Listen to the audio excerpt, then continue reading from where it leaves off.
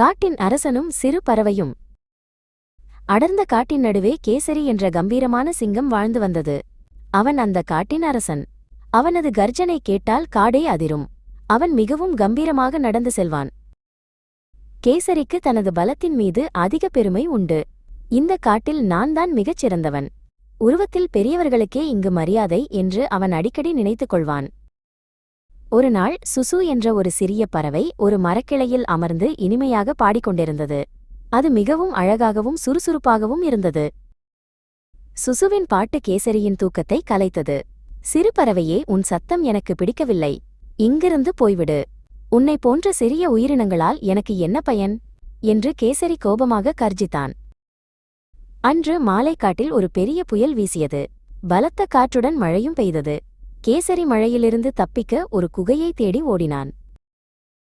கேசரி ஒரு குகையைக் கண்டான். ஆனால் அதன் வாசலில் அடர்த்தியான கொடிகள் வலை போல பின்னிக் கிடந்தன. கேசரி தனது பெரிய நகங்களால் அவற்றை விலக்க முயன்றான். ஆனால் அவை மேலும் சிக்கலாகின. அப்போது சுசு அங்கே பறந்து வந்தது. கேசரி குகைக்குள் செல்ல முடியாமல் கஷ்டப்படுவதை பார்த்த அது உதவ முன்வந்தது. அரசே, நான் உங்களுக்கு உதவுகிறேன் என்றது சுசு. சுசு தனது சிறிய அலகால் கொடிகளின் சிறிய முடிச்சுகளை ஒவ்வொன்றாக மிக லாவகமாக அவிழ்த்தது. கேசரியின் பெரிய நகங்களால் செய்ய முடியாததை சுசுவின் சிறிய அலகு எளிதாகச் செய்தது.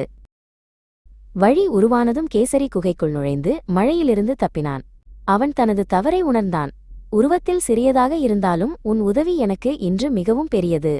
என்னை மன்னித்துவிடு என்று அவன் சுசுவிடம் கூறினான். அன்று முதல் கேசரியும் சுசுவும் சிறந்த நண்பர்களானார்கள். உருவத்தை வைத்து யாரையும் எடை போடக்கூடாது என்பதையும் காட்டில் சிறிய உயிரினங்களுக்கும் முக்கியத்துவம் உண்டு என்பதையும் கேசரி புரிந்து கொண்டான்.